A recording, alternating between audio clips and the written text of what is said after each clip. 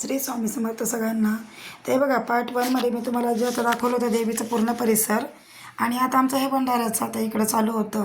तर हे बघा इथं भंडारा झाला ना, तर हे बघा हे पूर्ण इथं भंडाऱ्याचा कार्यक्रम झाला.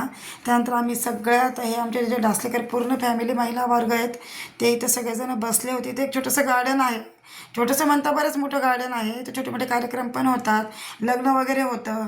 आणि तो म्हणजे मंदिराच्या परिसरामध्ये इतकी छान सोय केली आहे ना, तर म्हणजे दरवर्षी मुक्कामाला सुद्धा नवरात्रामध्ये इथं सगळेजण राहतात.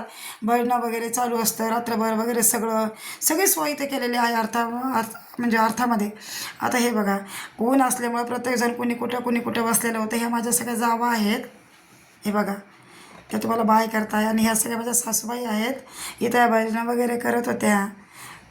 भजनं वगैरे गवळणी. कारण आमचं आहे ना महिला व पुरुष वर्ग भजनी मंडळ खूपच आमचं फेमस आहे. आता मी त्यांचं म्हणजे आवाज म्यूट केलेला आहे, नाही तर ते इथं भजनं वगैरे म्हणलेले आहेत.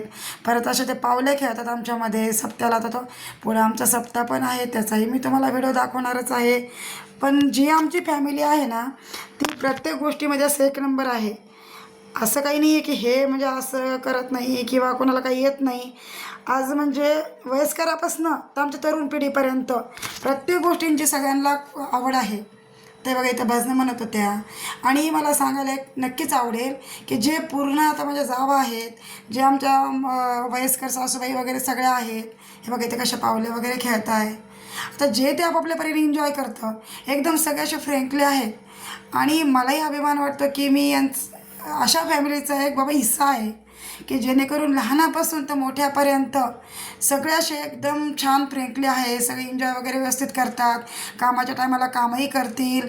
जबाबदाऱ्या बी त्यांनी आतापर्यंत सगळ्या आमच्या सासूबाईंनी वगैरे पार पाडत आलेल्या आहेत. आणि त्यांनी जी परंपरा आतापर्यंत जपलेली आहे माणसं जोडून ठेवण्याची, सर्व कामाचे नियोजन करण्याची किंवा सगळं काही जिथलं तिथं व्यवस्थित करण्याची, तीच आम्ही आमच्यामध्ये रुजू ठेवण्याचा प्रयत्न करत आहोत. आणि बऱ्यापैकी आम्ही ते केलेलं पण आहे. आता ज्या आमच्या जावा आहेत ना, लहान असो किंवा मोठे असो, एकमेकाची मर्यादा ठेवणार, एकमेकाला म्हणजे असं उन्हाधुनं बोलणार नाही किंवा एकमेकाबद्दल असं वाईट बोलणार नाही. इतकं छान बॉन्डिंग आहे ना आमचं की आता तुम्हाला शब्दातही सांगणं असं मला जमणार नाही. इतकं छान बॉन्डिंग आहे आमचं.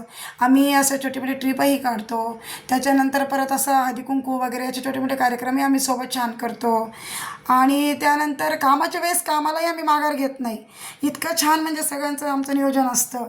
आणि इतक्या फ्रँकली इतक्या असं एकजुटीने आम्ही राहतो ना, म्हणजे पुरुष वर्गही तसाच आहे. तुमचे सुख दुःख असू द्या, कोणते काही कार्यक्रम असू द्या, ते एका जुटीने पार पाडणार, एकमेकासाठी जीवाला जीव देणार. आणि महिला मंडळी सगळं तसंच आहे. खरंच भाग्यवान आहे आम्ही की आम्हाला पूर्ण असं परिवार भेटला. डासलेकर फॅमिली म्हणजे खरंच द ग्रेट आहे ती. आणि बघा ह्या पण माझ्या सासूबाई आहेत, तर त्यांनी इथं एक सुंदर भजन म्हणलं होतं, हे बघा.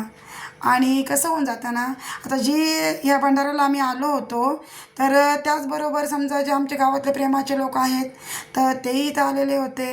परत पाहुणे वर्गही आलेला होता, जेवढे आले. आणि मग त्यानंतर दाळबट्टीचा कार्यक्रम झाला आणि भंडारा हा खूप छान झाला.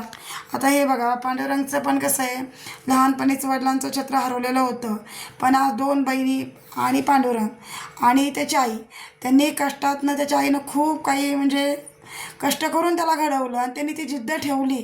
आणि आज तो मुंबई येथे पोलीस दलामध्ये कार्यरत आहे. आणि 2 बहिणीचे पण लग्न झाले, त्याही त्यांच्या घरी एकदम छानपैकी राहतात, त्यांनाही घरं चांगली भेटलेली आहेत. आणि हे बघा आमच्या या गाया आत्या आहेत, ह्या इतक्या सुंदर भजन म्हणलेत ना इथं. आणि सगळ्या बाकीच्या माझ्या सासू वगैरे पावली खेळल्या इथं, भजनं पण म्हणल्या. आणि बाकी आम्ही पण आमच्या परीनं थोडंसं एन्जॉय केला. आता हे बघा इथं तुम्हाला सगळे आमचे म्हणजे एक एक मध्ये चतुर भाग पण आमच्या इथं कोणी दिसणार नाही तुम्हाला. ज्याला जमन तसं आज सगळेजण आलेले आहेत. पण बघायला गेलं ना आमची फॅमिली खरंच खूप म्हणजे खूप मोठी आहे.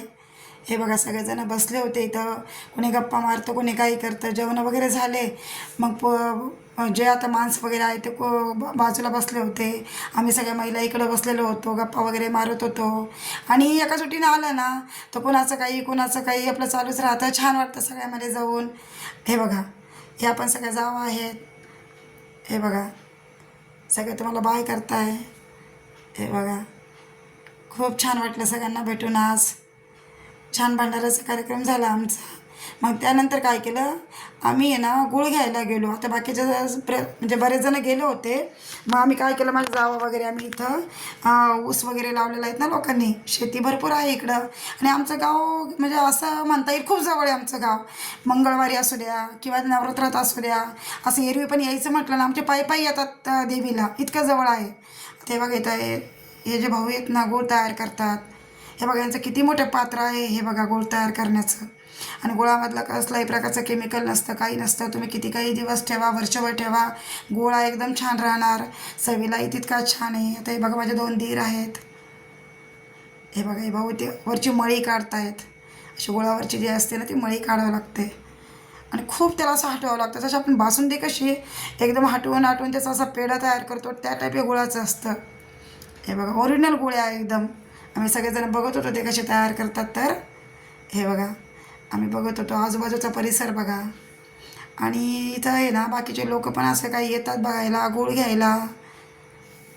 हे बघा ते किती मेहनत असते ना. आपल्याला गूळ दिसतो पण त्याच्या मागची मेहनत बघा तुम्ही. म्हणजे मेन म्हणजे ते केमिकल वगैरे असं टाकत नाहीत, त्यामुळे एवढी मेहनत घ्यावं लागते. आणि आपल्यापर्यंत हा एकदम ऑर्गॅनिक गूळ पोहोचतो. हे बघा हे लोकंसुद्धा बघत होते कसं तयार करतात, काय करतात. हे बघा आजूबाजूचा परिसर बघा. हे पूर्ण काय त्यांचं त्यांनी एक सेटअपच तयार केलेला आहे तो. हे बघा किती छान दिसतंय. तर त्यानंतर आम्ही पण ते बघितलं सगळं. हे बघा किती छान वाटतं ना असं समक्ष बघताना. आणि मग हे जो गूळ तयार करतात ना, मग या पात्रामध्ये टाकतात बघा. आपण ते ताटामध्ये कसं वड्या वगैरे पाडतो, पण हे तसंच आहे. पण ते गूळ तयार झाला नव्हता त्यामुळे ते दाखवता नाही आलं. आणि हे छोट्या छोट्या गुळाच्या क्यूब बघा, हे काका आम्हाला दाखवत होतात. हल्ली आपण बघतो ना ते दुकानामध्ये बरणीमध्ये छोटे छोटे क्यूब भरलेल्या अशा बरण्या येतात, तर त्या टाईप आहे. हे बघितलं आजूबाजूचा परिसर. आणि मग हे काय करतात, 1 किलोपासून तर 10 ते 15 किलोपर्यंत यांची गुळाची भेली असते. मग हे तयार झालं का मग ते अशा रोडवर ठेवतात. मग येणार जाणार लोक आपल्या जसं लागतं तसं घेतात. त्यांचा हा नित्यनेम मग जोपर्यंत आहे तोपर्यंत गूळ विकला जातो, जोपर्यंत ते गुऱ्हाळ वगैरे असतं, ऊस असतो तोपर्यंत. हे त्यांचे जनावरं वगैरे सगळे. ते बघा गूळ आम्ही सगळ्यांनी इथं गूळ घेतला. मग हे बघा माझ्या जावा वगैरे त्यांनी पण गूळ घेतला सगळ्यांनी. आणि एक गुळाची अशी बरणी पण असते ना, त्यांनी अशा बरण्या ठेवल्यात. म्हणजे असं आपलं ते पाण्याची बॉटल कशी असते त्यामध्ये ते काकवी म्हणतात त्याला, तर तिने पण अशी उष्णता वगैरे कमी होते. हे बघा बॉटलमध्ये. व्हिडिओ आवडला असेल तर सबस्क्राईब करा, लाईक करा आणि